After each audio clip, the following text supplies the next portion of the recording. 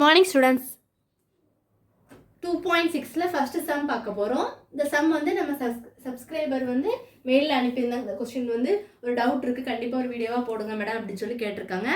அவங்களுக்காக இந்த video.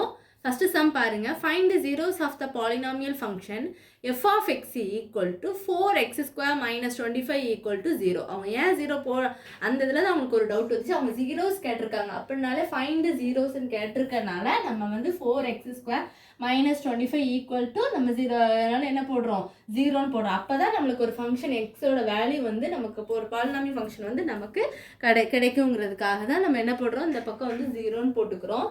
4x square equal to minus 25 அந்த பக்கம் போனால் plus 25 ஆயிருமா.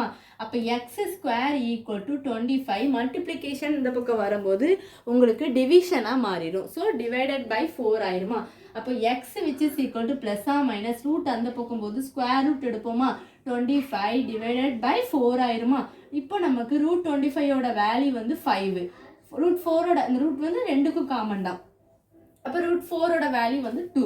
அப்போ 5 டிவைட். அப்போ நம்மளுக்கு ஜீரோஸ் வந்து என்ன கிடைச்சிருக்கு, ஒன்று +5/2, இன்னொன்று வந்து என்னது -5/2. இவ்வளோதான். இதில் ஏன் 0 போட்டோன்னா ஃபைண்ட் அவங்க ஜீரோஸ்ன்னு கொடுத்துருக்கனால நம்ம வந்து 4x square minus 25 equal to 0ன்னு போடுறோம்.